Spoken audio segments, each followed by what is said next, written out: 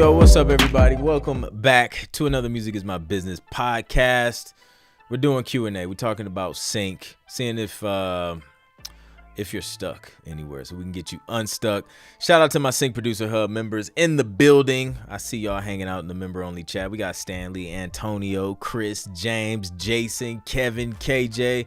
I see y'all, man. Hope all is well. If you guys have any questions at any point during this joint, just raise your hand. And I'll either bring you up on audio or I'll bring you up on video, or you can just type it in the chat, whichever one y'all want to do. What's up, Ray? Shout out to everybody in the stream, man. Let me know where you guys are from. Let me know what you do. And then we're going to dig into some questions.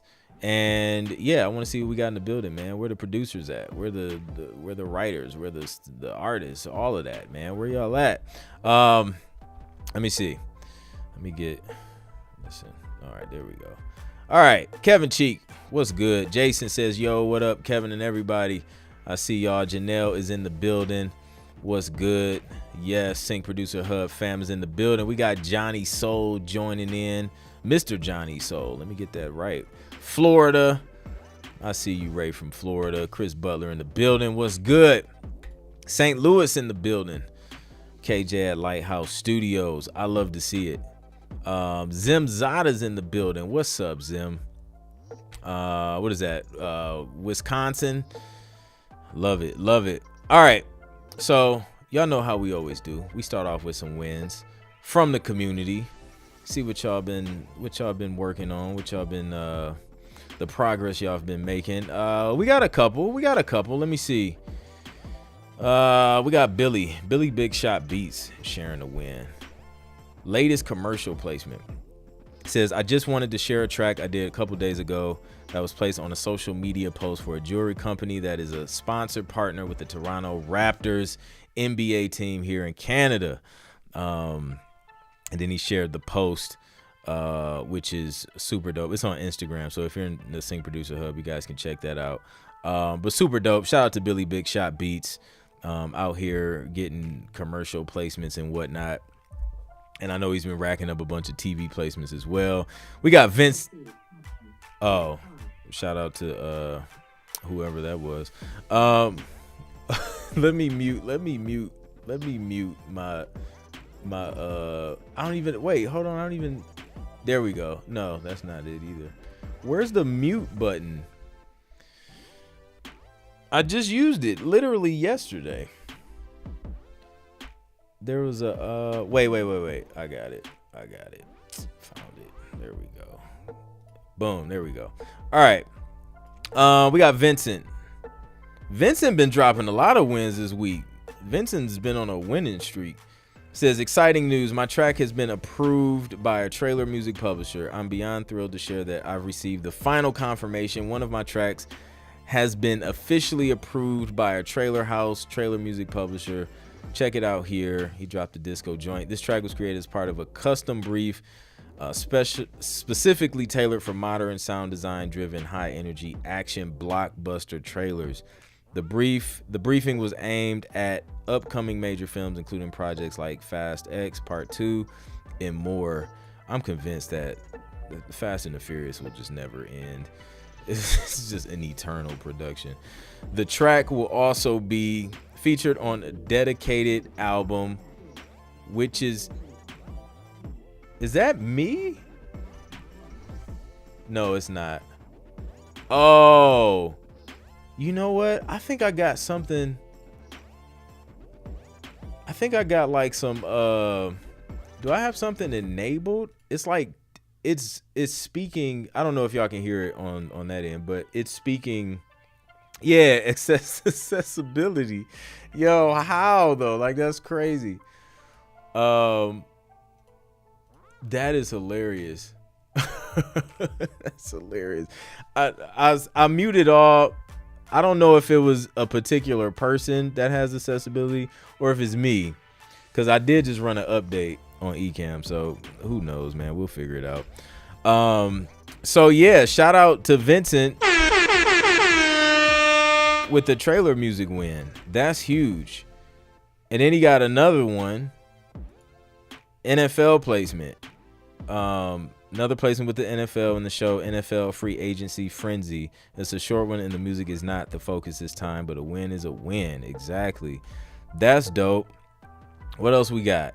Vincent just dropped another one. This is 3 wins in a row. Crazy story. I recently discovered that ZDF, one of Germany's biggest TV networks, used not 1 but 2 but 6 of my tracks in a true crime documentary. Check it out here. The funny part, they didn't even license them in the usual way. Oh, so this was that one where he had like this whole story, which is crazy. Like, okay, I'm gonna read it because it was super interesting how he flipped this, because there's low-key a gem in this. So he says, I randomly stumbled across the documentary and recognized my own music. After reaching out to the production team, I found out that they actually discovered my album on Spotify, liked the vibe, and just used the tracks directly from there. They was just like, yo, we gonna pull this joint from Spotify. Now, as wild as that sounds, after some back and forth, we managed to negotiate a proper sync fee retroactively. But here's the real win. This conversation led to a direct connection with the broadcast director, and we even secured a deal for future projects. That's a win. On top of that, I've already landed a follow-up placement for an upcoming documentary. This is a huge milestone for me, not just in terms of placements, but also in building direct relationships with key decision makers at a major network. Moral of the story, always keep an eye on where your music ends up and don't be afraid to reach out. You never know what doors it might open. So that's crazy. You know, I think it goes to show you how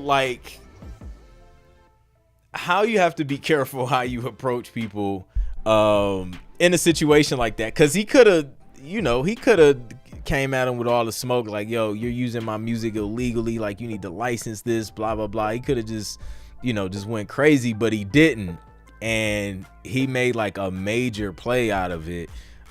So that was super dope, and yeah, that's a huge lesson, man. So shout out to Vincent on that win. Yeah, super dope. All right, y'all, hit me with y'all's questions. Excited to see what you guys are been up to. Lance Bembry, producer composer from Arkansas, love to see it. Kim Durr is in the building. What's good? The fam is good. Good to see you. So yeah, it's to your left. Hilarious. Yeah, man, I don't know what that was crazy. I know everything. I'm like trying to figure out everything. So yeah, man, huge win. Super wild. Also, March Madness is here. Listen, I love March Madness for so many reasons. So years ago, I started this contest. It was called the Complete the Beat contest, right? And it was a lot of fun, man. It gave producers the opportunity to basically finish a production, collab, and the winner of that contest would win, like, a chance to collab, and we pitched that track for Sync. So I brought a contest back. We're doing it a little bit different because it's March Madness, and we got the brackets and all that stuff. We decided to do a contest centered around March Madness. So we created a custom group for Sync Producer Hub, and basically you enter the group, you submit your bracket by Sunday night, and yeah, the winner, whoever has the most points at the end of the March Madness tournament, wins an opportunity to collab with me, and we're going to pitch that stuff for Sync. So I'm super excited about that. If you want to enter, the comment is pinned.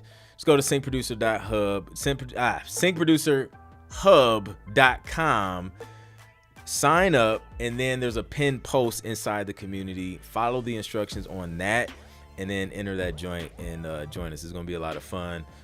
We did one for college football. That was fun. Shout out to my guy who won that, Corey. Those tracks ended up getting signed by a publisher. And hopefully, I don't know, hopefully those tracks actually play during March Madness, because we submitted them to a March Madness brief and the publisher liked them and signed them. So hopefully they're in the network's hands, and I don't know, maybe we'll get some wins. You guys will be the first to know inside the community, so we'll see how that pans out. So I'm excited about that. Yeah, it's gonna be a lot of fun. So that's it, man. This week I got some wins. I got a few tracks signed by a publisher for France TV. So it's it's a new deal with a publisher that I've done some stuff for. So they reached out and it was like, yo, France TV wants some tracks similar to this, and they basically sent me my own tracks as reference tracks. So I was like, oh yeah, I can do that again. So they approved a few tracks, so that is going to be in the mix, so we can get some of those French placements. And yeah, I'm excited about that. So that was a win. Also heard back on some mixing revisions. So we're moving forward with that project. And that is, yeah, that's coming together. So I'm trying to knock that out soon. So yeah, man, a lot of stuff. It's crazy. Thank you. Appreciate it. French Connection, right? Thank you. So yeah, should be exciting. All right, that's enough of me blabbing, man. Hit me with y'all's questions. What questions do you have about Sync, music business, music production, any of it? I'm here to answer. Jason Dowdy, we got a question from Jason. Hey, what's going on, Clint? What's good, Jason? How's it going, man? Hey, not much. I had a question that's been kind of going around in the group a little bit when it comes to financial discipline. Yeah. Right? When you're starting a new business, how much do you invest at first? What do you spend your money on? And do you only take proceeds from the business to reinvest? Mm-hmm. Or do you take some of your personal funds? Just wondering if you had any like guidance on that. Yeah, so I guess it depends on where you are. So we'll talk about a couple different scenarios. So, say say you have a full-time like 9 to 5. That's like your bread and butter, right? And then you have the production business that you're growing.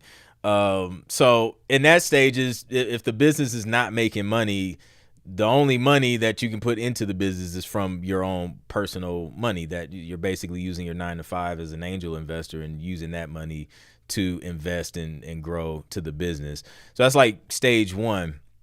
Then you get to stage two where you have the business now generating income. So you may still have the 9 to 5, but now the business is able to generate income. And the advantage you have if you do still have the 9 to 5 is you can keep everything that the business is making and just reinvest 100% of it back into the business to continue to grow, to continue to get, more gear, higher quality sounds, attend conferences, anything, music related or anything related to your business. You can just reinvest that, self-improvement, learning about, whatever you're trying to do, whether that's mixing, courses, conferences, whatever. You can just invest all of that into the business, which will allow you to grow faster, in my opinion, versus if you jump too soon, like say you ditch the 9 to 5 as soon as your business kind of started making money. Now you're like relying on the business to eat, cover bills, and then you also have to have something to continue to put back into the business. So that could be a bottleneck sometimes because if it's still fresh, it's still growing, you're still figuring things out. You may not be able to invest more into the business for it to continue to grow. Those are kind of like the first two stages. And then you get to the stage where the business, say for a few years consistently, the business has been doing, has been covering what you would get from the 9 to 5 or more. And there's no hard rule. Obviously, people can take different levels of risk depending on where they are in life. If they're single, it doesn't take a whole lot to survive as a single person. So, it's a different situation than if you have an entire family that you're providing for. But, once the business is, you kind of see the stability there, and then you can ditch the 9 to 5, then you can kind of allocate, funds towards what you need to live, and then whatever percentage you want to, invest back into the business. You'll kind of know what those numbers are like. So yeah, does that answer the question? Yeah, it does. Thank you. Yep, no problem. That's a good question. Thank you, Johnny. So appreciate that. So yeah, just depends on where you are, man. I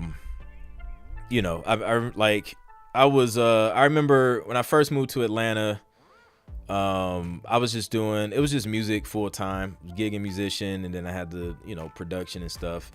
And that, it really didn't allow me a lot of room to like really, really grow, honestly. Like, I mean, I was paying everything I made from music and playing keys was just going back into bills.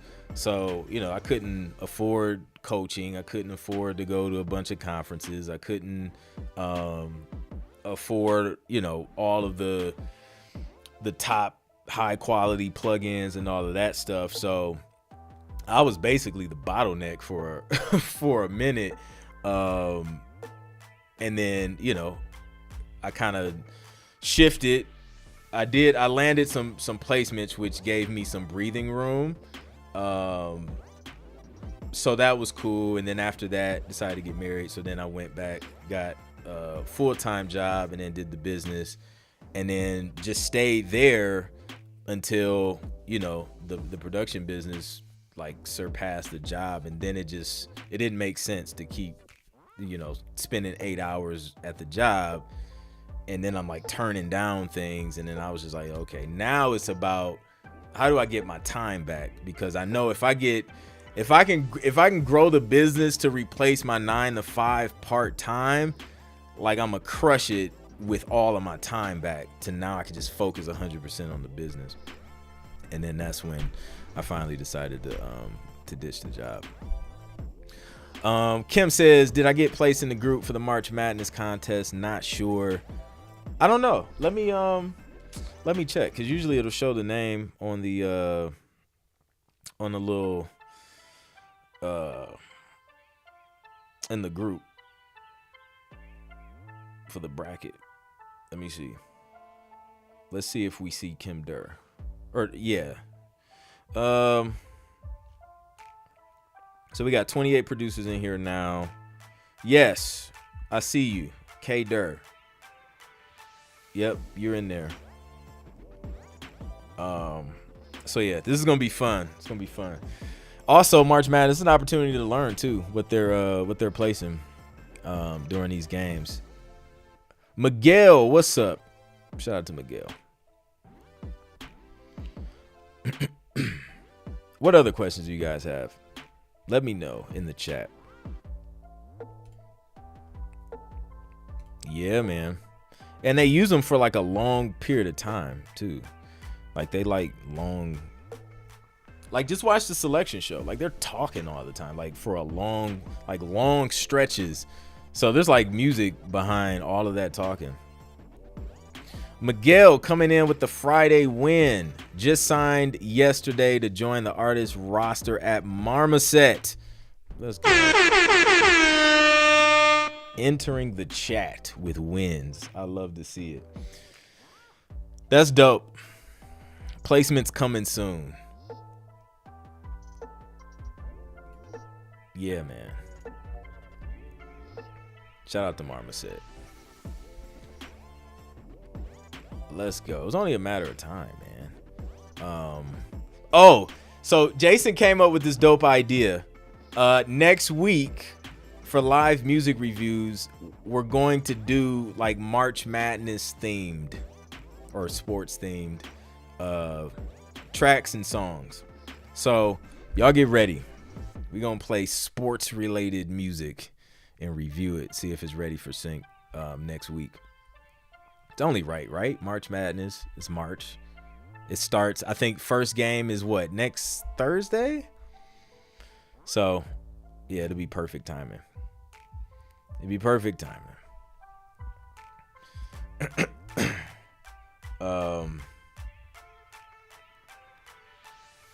We got another, let me see. Let me get. No, oh, there we go. You have another one, Jason?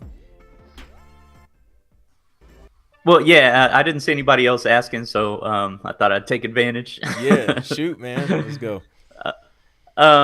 What has your experience been with, you have your feature, you have your background, and then you have some with vocals, some not, and then you have all of these different tiers with the either network TV or there's like a second tier of certain certain networks, and then blanket cable and all of these other things. What has your experience been, and does like one of them pay a lot more than the other? Yeah. Just kind of curious what your knowledge is on that. Yep. So vocals pay more than instrumentals. And so I'll say, I'm saying this as if everything is constant as far as use, length of use, network, and time of day. So let's just imagine all of that is the same. A vocal would pay more than the instrumental. A featured use would pay more than a background use. Theme, I would imagine a theme gets paid the most. I'm not sure though, because I haven't had a theme song placement yet, so I'm not sure. I'll have to ask somebody who has a theme song somewhere what that looks like. But I would imagine that would pay more. And then if we start playing around with the time of day and the network and the length of use, then major networks would pay more than cable networks if it's the same length. and same time of day. I believe prime time pays the most out of the times of days. What else? And then the longer the track plays, the more it pays. So all those things can like shift and change, and it would determine, because technically I could say, yeah, like a vocal will pay more than an instrumental, but if it's a vocal placement on like Oprah Winfrey's network versus an instrumental on Fox, that could, it could swap, and then you could very well get paid more for the instrumental in that case. So all those things play a role, but yeah, that's kind of like a general way to gauge what pays more versus the other.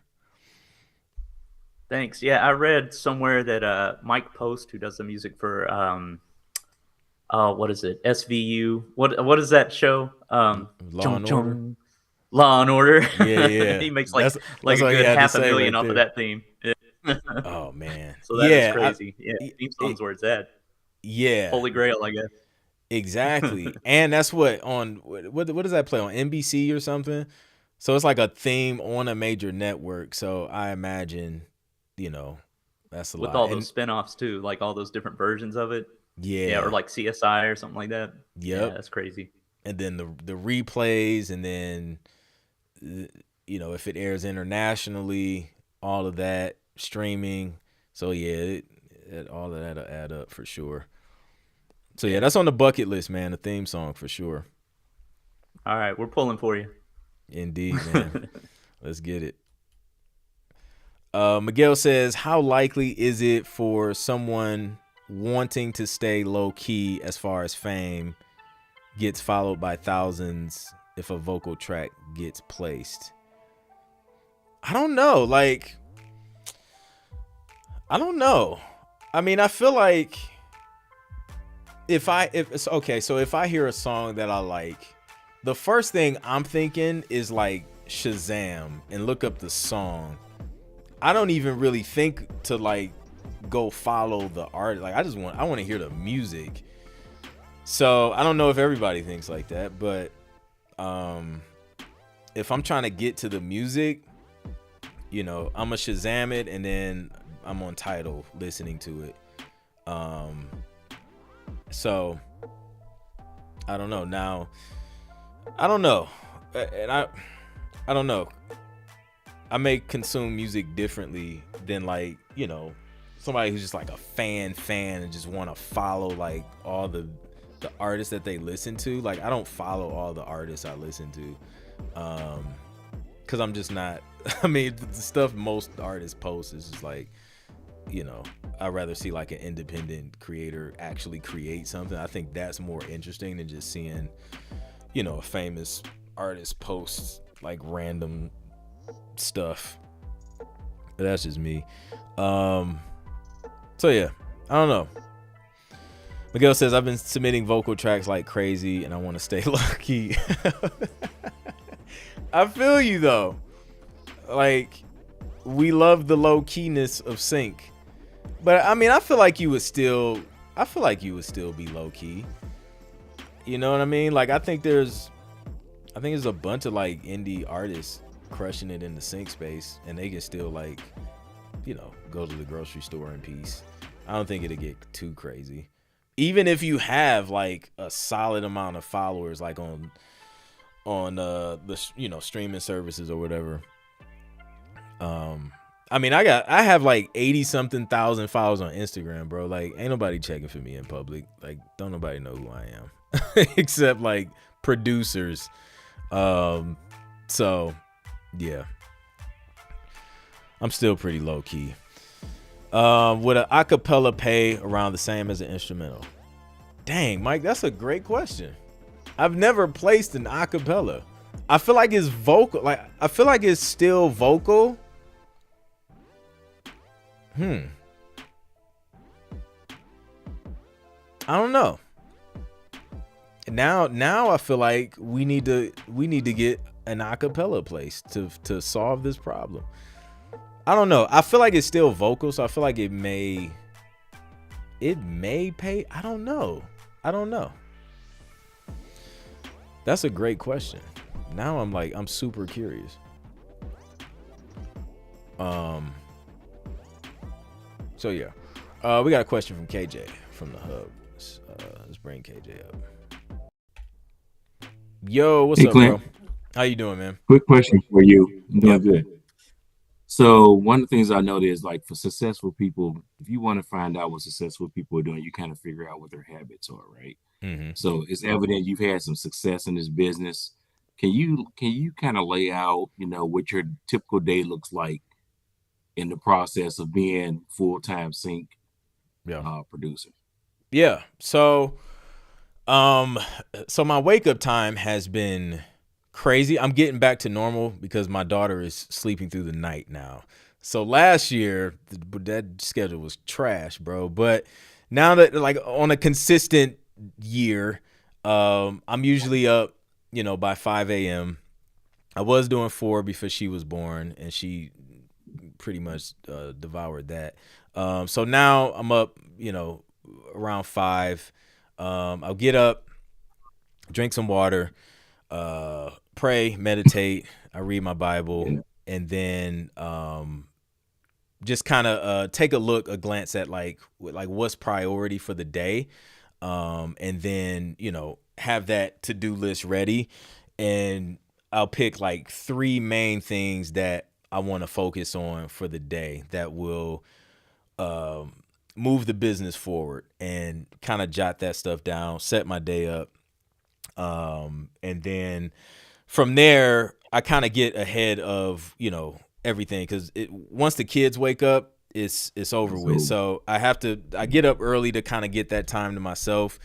So I can get focused and figure out what I'm trying to do. So I'll spend the first couple hours of the day doing that. And then, 7 a.m. I'm going back upstairs to help get the kids ready. We got one that is in preschool, one that's homeschooled. So we're getting them ready. And then once they're set up, I'll go back down, and then, pretty much work from on Mondays. I would work from basically 9:30 to about 4:30.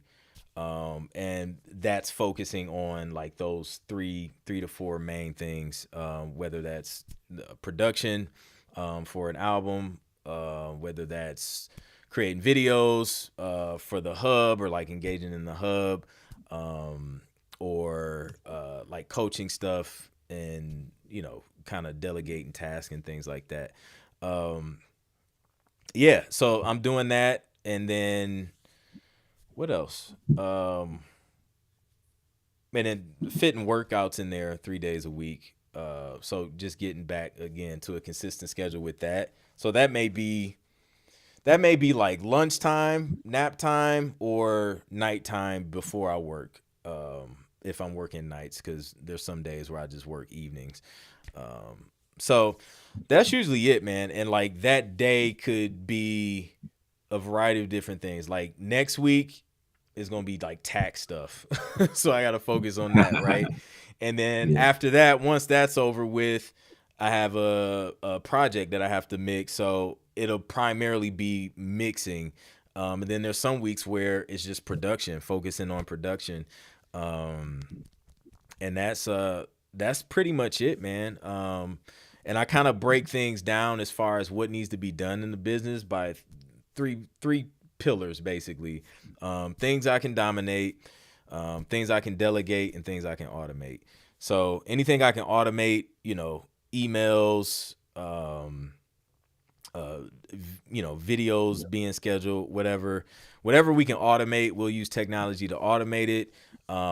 If it's something that is, again, not moving the business forward, aka not making money, so that's producing music, or producing content, or coaching students in TV placement mastery, then I delegate it, and that's when my assistants and things like that come in.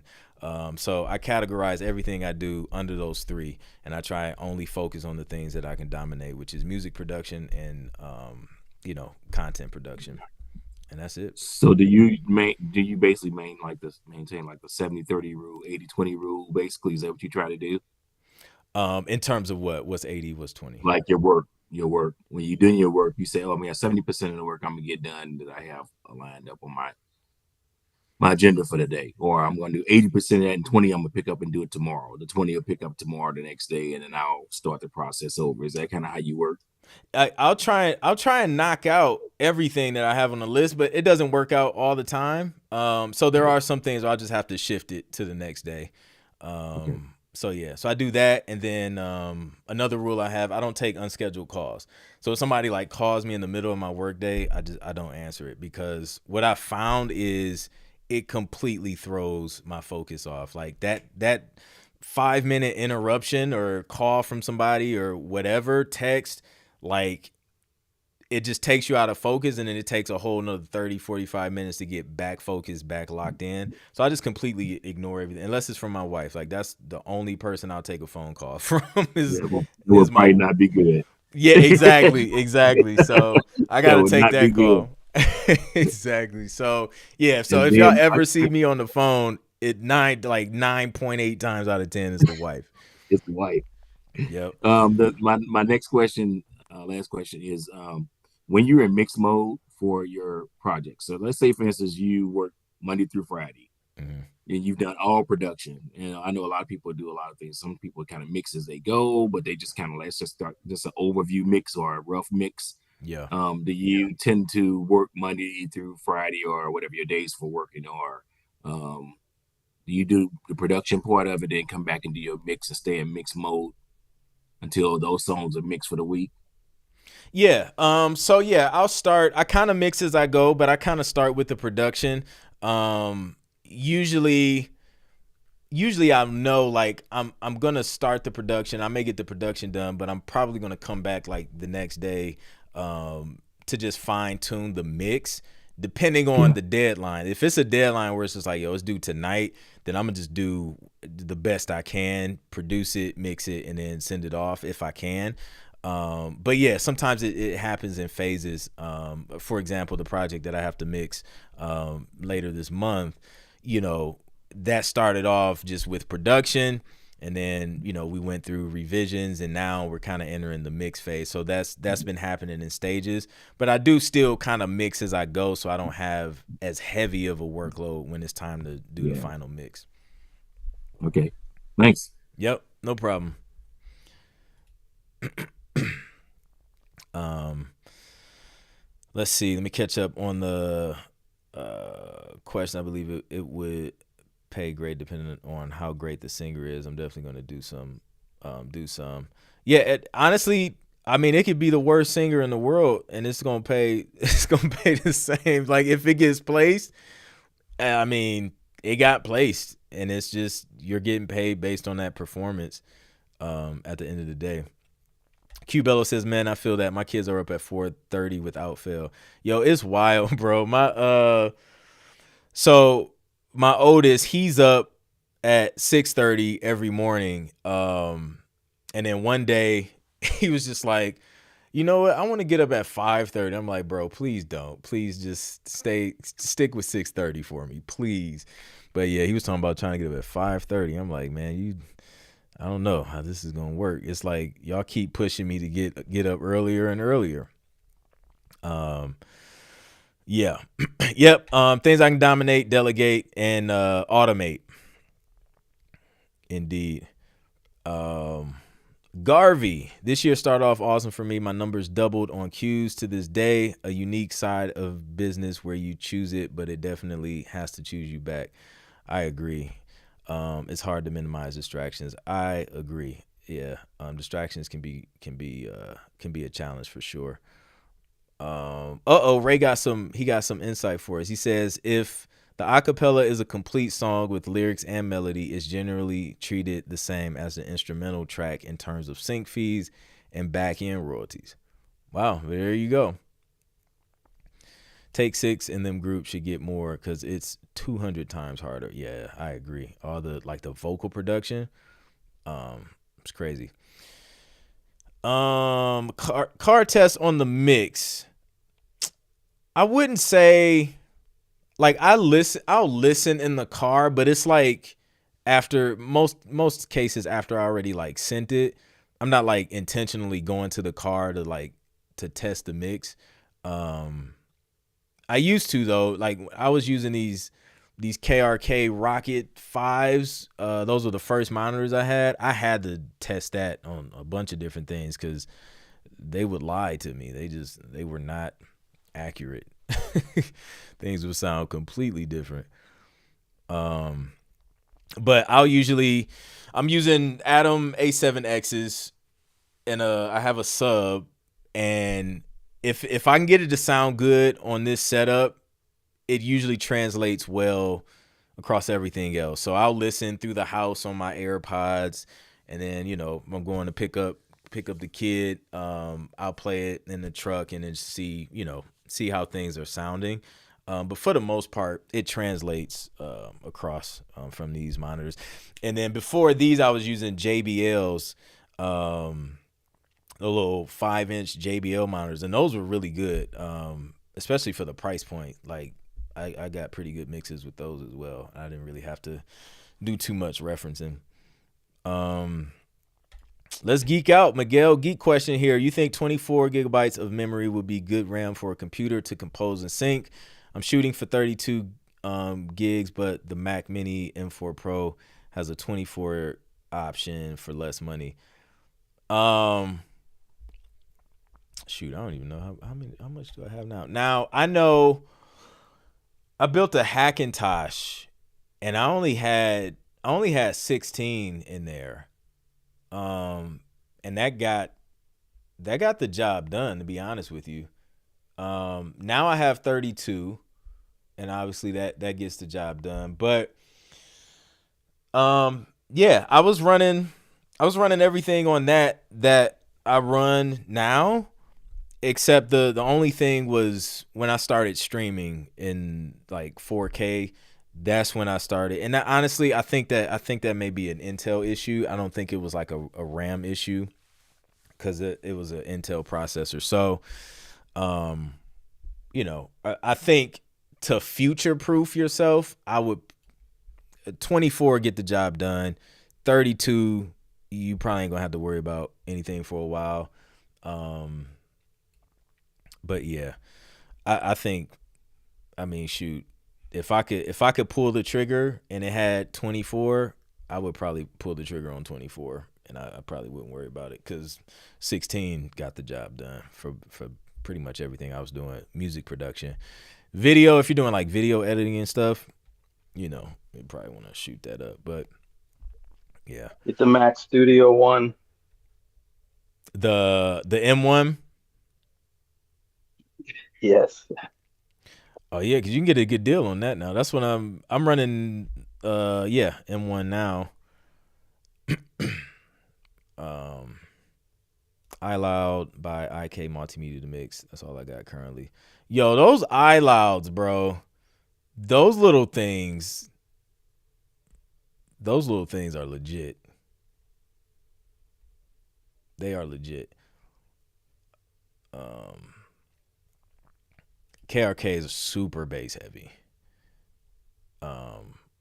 So yeah, I do mixes in VSX now, mixing in one room mostly, and then testing in a few scenarios in the software. Yeah.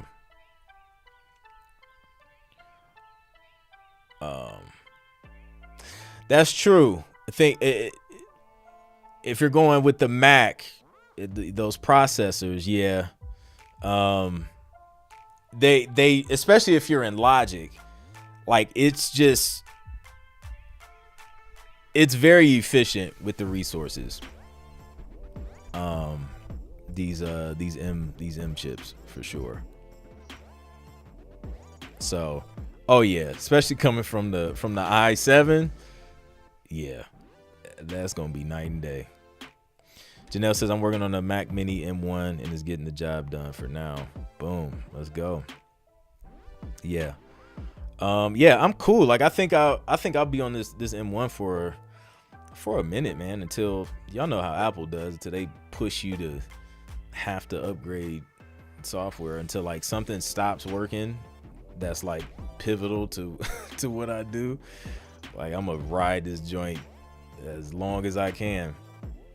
I will keep a computer for a decade if it works. So yeah. Any other questions? These are good. I have the Yamaha HS5 speakers. Sub isn't being used, but they have a solid, clean punch. Yeah.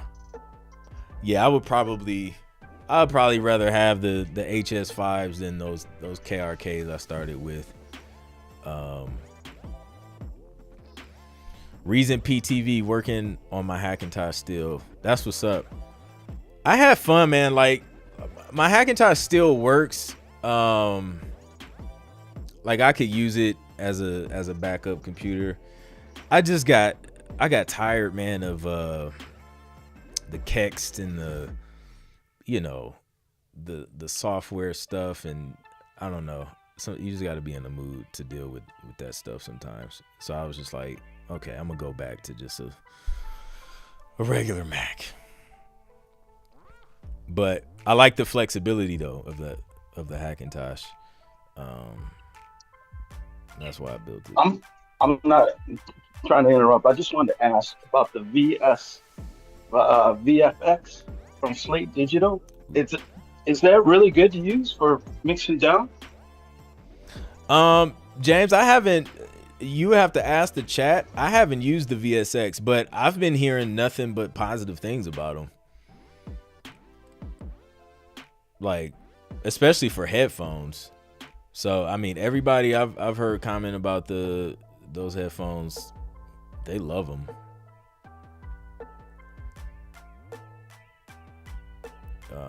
So yeah, if you guys have some insight, man, type it in the chat.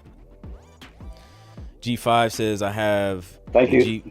No problem. I have the G5 Mac Pro Tower with 128 gigs of RAM and 4 terabyte of space running Mojave. I upgraded to Mac Studio only because it was no longer compatible with Logic Pro. Man, I had a G5 too, man. Apple. And it works fine. Like, I'm pretty sure all G5s in the world still work flawlessly. They're just not compatible, and no one can use them because of that with like new software. 128 gigs of RAM. It's like, man, it's such a waste of like hardware. Yeah. Oh, Q says you got to use the software with them though. Those VSX headphones. If you use them without the software, you do yourself a disservice. So yeah, he said it changed his mixing game a ton. That's what's up. Michael says, if I wasn't in the Caribbean now, I'd have pulled the plug on a super up M4 Mac Mini. Indeed, powerful little Mac Minis, man. Michael Connor, I'm sure we're gonna be hearing some amazing Caribbean inspired music when you get back. B-Rat says, when a library asks for a 30-second reduced on 2-minute plus track, how do we choose what to eliminate and still maintain its integrity while keeping any catchy hooks and breakdowns? It's been tough. So, okay. I love that you asked this question because that was a challenge for me as well, doing reduced versions. Some companies will call them narrative versions. So what I had a publisher tell me once is that we want you to create a narrative version, so like taking out the main melody or like a main sound, and they were just like, we know it's going to sound empty, it's going to sound weird, and that's okay, because they understand what it is and the purpose that version serves. So what I would say is, don't worry too much about, like maintaining catchy hooks and melodies and all that stuff, because it's like, it's gonna change it, you know what I mean? Like, usually when I'm creating the reduced version, I'm literally taking out the main melody like in the hook or something that just goes throughout the track, and it's gonna sound empty, and it may change. It completely changes everything, because now you can't hear where things break down or how it builds, because you just took like one of the main elements or two elements out. So now it literally just sounds like a long verse, and the hook doesn't pop like it used to. But that's fine. They expect it. So I usually just don't think too much about it. I'll take out, what I need to take out, and then just bounce it, keep it moving.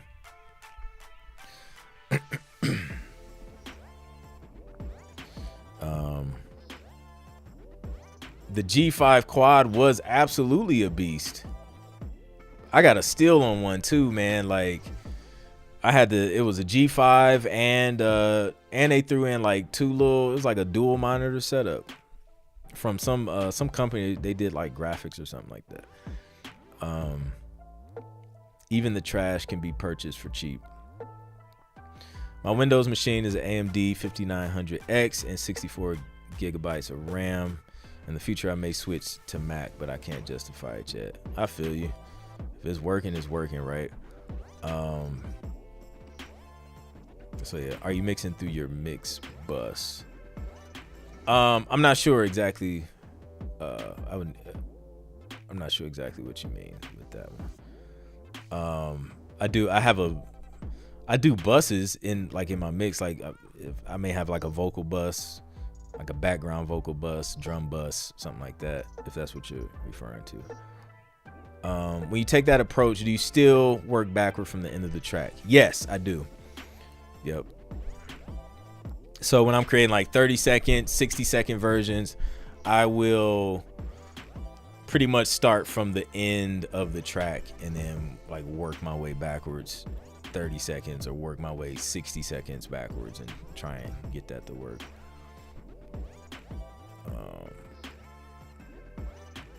So yeah. Chris is running a 2014 i7 MacBook Pro with 16 gigabytes of RAM and 50 gigabytes of space. I can't even get the most of the free and discounted plugins that people post because my Mac is too old, man. Yep. Been there. That's where I was at with the what was I running? Before the Hackintosh, I think it was like a late 2008 MacBook. It wasn't even a Pro, like it was just MacBook. Listen, all of the placements from like the beginning of my sync career was done on that MacBook. Like, stuff is still getting placed today from that measly old MacBook. That thing, I was working that thing. It's crazy. But that also had the best keyboard, though. I love the keyboard on the 2008 MacBooks. They had meat to them. Like, these new keyboards, I don't know what this stuff is, man. Like, the Magic keyboards.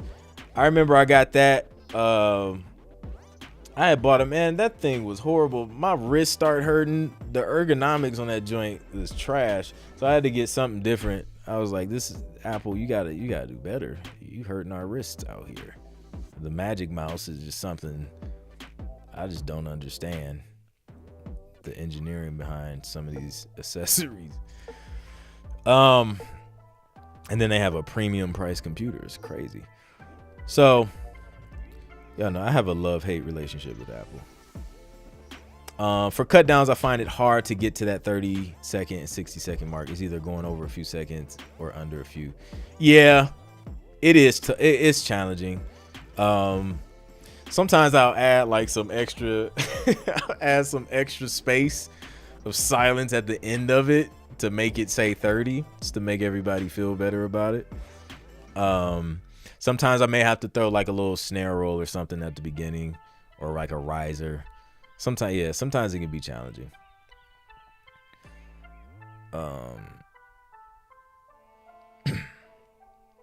So Jason says, there was a guy in my Beat Battle League who was in jail and had a jailbroke tablet and dollar store headphones and still made fire. This is the epitome of no excuses. Like, I make music, not excuses. If you want a t-shirt, go to imakemusicnotexcuses.com. But literally, like that's what that means. Like, y'all making it happen. Even like y'all with the old MacBooks, y'all making it happen still. And I love to see it.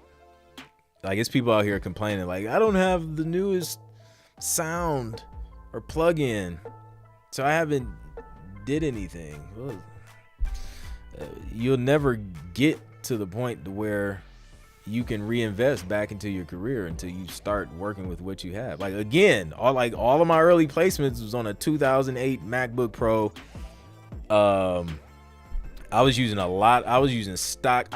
Listen, when I first started, like, this was before the 2013 placement on the NFL Network. That was my first placement, and then it aired on Fox Sports. I wasn't even using the full Logic. I was using Logic Express. Logic Express, the one that came on the disc in the little thin box, not the big Logic Studio box that they use. This was Logic Express. Stock sounds and some cracked plugins. Don't judge me. I was making it work. And then I started making money, and I got rid of the cracked plugins. Now everything's legit now. But man, you gotta start with what you have. When y'all finish a new track, do you guys automatically make shortened versions to have them ready, or do you wait until those versions are requested? That's a good question. I usually wait, because sometimes I don't know. I may not know who I'm sending the music to or who may say yes. So I may work on a brief, and this has happened a bunch of times. Like, I may work on a brief that came from a particular publisher, right? So I'll create the track, submit the wave, and then if that's all they requested, right? Submit that and then see if they sign it. Some of them just like, it didn't make the cut or whatever. So now I may have to create an entirely different set of deliverables for another publisher if the other publisher takes it. So usually I'll wait unless the submission requires, submit these extra versions or whatever, a 30, 60, whatever. So usually I'll wait unless it's like requested. So does it have to be exactly 30? I've seen that this is okay to have an extra second. Is that okay? Honestly, Janelle, like, I think you'll hear differently from different people in different companies. I've seen one company where they're just like, they're not tripping about it. And I've seen other ones was just like, music, it has to be done at 30. It has to be 30. So, yeah. Flair says, I have to have max buffer size in Logic at all times for my projects or else system overload. Yes, Flairs, that will happen when you have 322 tracks in your production, man. This dude is running these machines into the ground. Like, Flairs is like taking out entire Macs by the session. Like, he's like, I need another one. This is my 4th Mac for the week. It's crazy. Listen, these were really good questions. Y'all came with the heat. We're about to transition. We're about to go into live music reviews and listen, see if music is ready for TV and film. If you haven't already, make sure y'all join the March Madness contest. Link is in the description. Join Sync Producer Hub. There'll be a pinned post where you can see the details on how to, complete your entry. It's gonna be dope, man. I'm excited to collab. Last producer I collab with, we got some tracks signed with the publisher, and then another producer I collab with. Before that, his music he got his first placement on like Tyler Perry Sisters. Ended up being the instrumental ended up being placed on Love Is Blind. So you never know where this music end up. So I'm excited to collab with the next person. Let's get it. I'll catch you guys on the next one. And for those on YouTube, stick around. We about to get these live music reviews popping. All right. Peace.